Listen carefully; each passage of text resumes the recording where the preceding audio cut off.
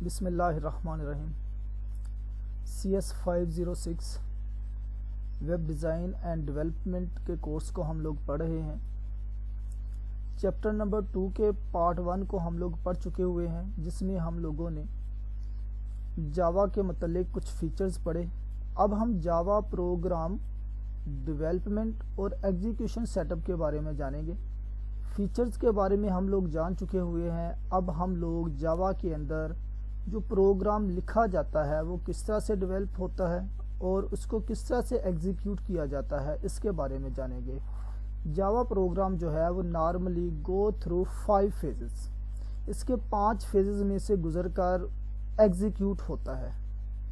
پہلا فیز اس کا ایڈٹ کا ہے، دوسرا کمپائل کا، تیسرا لوڈ کا، چوتھا ویریفائی کا اور پانچواں ایگزیکیوٹ کا۔ یہ 5 فیزز میں سے گزر کر ہمارا جو پروگرام ہے یا ڈیولپمنٹ اپلیکیشن جو ہے وہ ایگزیکیوٹ ہو جاتی ہے۔ آج ہم انہی 5 کو ڈسکس کریں گے۔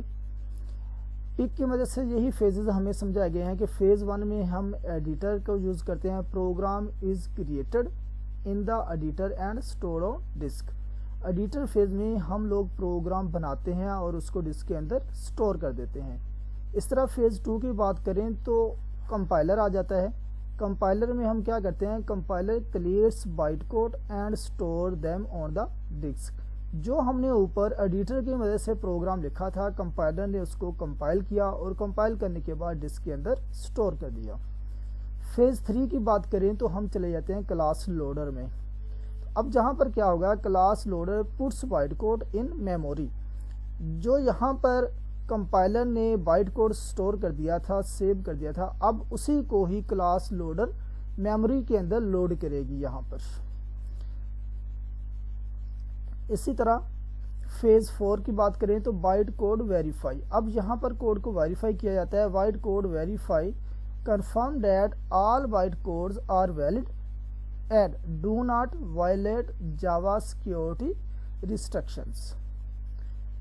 تو ویریفائی کرنے کے بعد ہم چلے جاتے ہیں فیز نمبر 5 کے اوپر، انٹرپریٹر پر۔ Interpreter interpret reads byte code and translate them into a language that the computer can understand and possibly storing data value as the program executes. یعنی انٹرپریٹر جو ہے پھر اسی کوڈ کو اس قابل کر دیتا ہے کہ ہمارا جو کمپیوٹر ہے اس کے اندر جو بھی آپریٹنگ سسٹم ہم یوز کر رہے ہیں وہ اسے آسانی کے ساتھ سمجھنا شروع کر دیتا ہے، اس بائٹ کوڈ کو۔ کس کی مدد سے؟ انٹرپریٹر کی مدد سے۔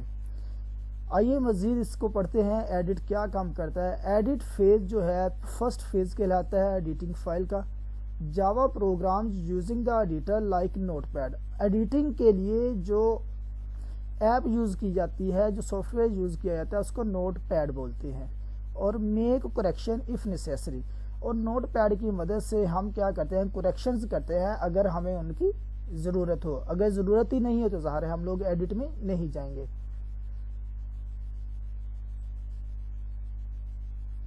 2 کے اندر کمپائلر یا کمپائل۔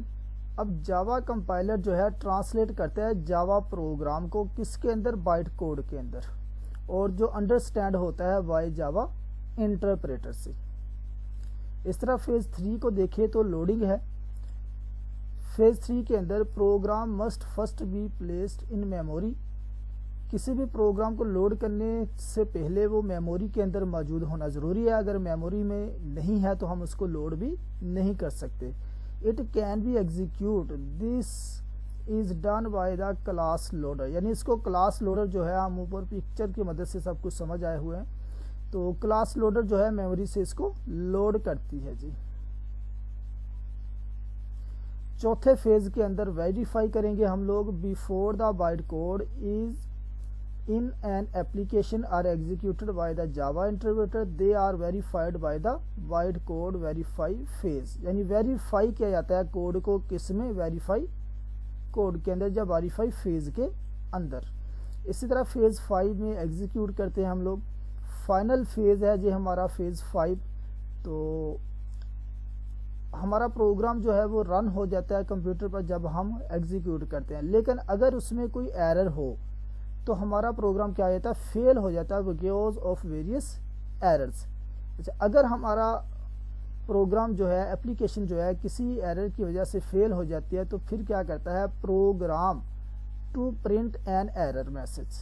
تو جاوا لینگویج جو ہے ہمیں یہ سہولت پرووائڈ کرتی ہے کہ ہمیں ایرر جو ہے ایرر میسج کی شکل میں شو کروا دیا جاتا ہے. پھر ہم دوبارہ کیا کرتے ہیں، ایڈٹ فیز کے اندر چلے جاتے ہیں. ایڈٹ فیز میں جانے کے بعد جو نیسیسری ہماری کریکشنز ہوتی ہیں، جہاں پر ہمیں ایرر کا میسج شو ہوا ہے اس کو صحیح کرتے ہیں. صحیح کرنے کے بعد دوبارہ اسے ایگزیکیوٹ کرتے ہیں تو ہمارا جو سافٹ ویئر ہے یا اپلیکیشن جو ہم نے ڈیولپ کی ہے وہ پراپرلی ورک کرنا شروع کر دیتی ہے. جی ریفرنسز انشاءاللہ نیکسٹ لیکچر میں ہم لوگ انسٹالیشن کے بارے میں جانیں گے. پہلے 2 لیکچرز میں ہم لوگ اسی پوائنٹ تک پہنچے تھے کہ جاوا فیچرز کیا ہیں اور جاوا کس طرح سے کام کرتا ہے، کس طرح سے اس میں ہم اپلیکیشن رن کرتے ہیں. اب جو نیکسٹ لیکچر آئے گا اس میں ہم لوگ پریکٹیکلی ورک شروع کر دیں گے جاوا لینگویجز کا، کہ جاوا لینگویج میں ہم کس طرح سے پروگرام لکھ سکتے ہیں اور اس کو ایگزیکیوٹ کرا سکتے ہیں. پھر بھی اگر آپ لوگوں کو کسی پوائنٹ کی سمجھ نہ آئی ہو تو آپ لوگ کمنٹ باکس میں کمنٹ کر کے پوچھ سکتے ہیں.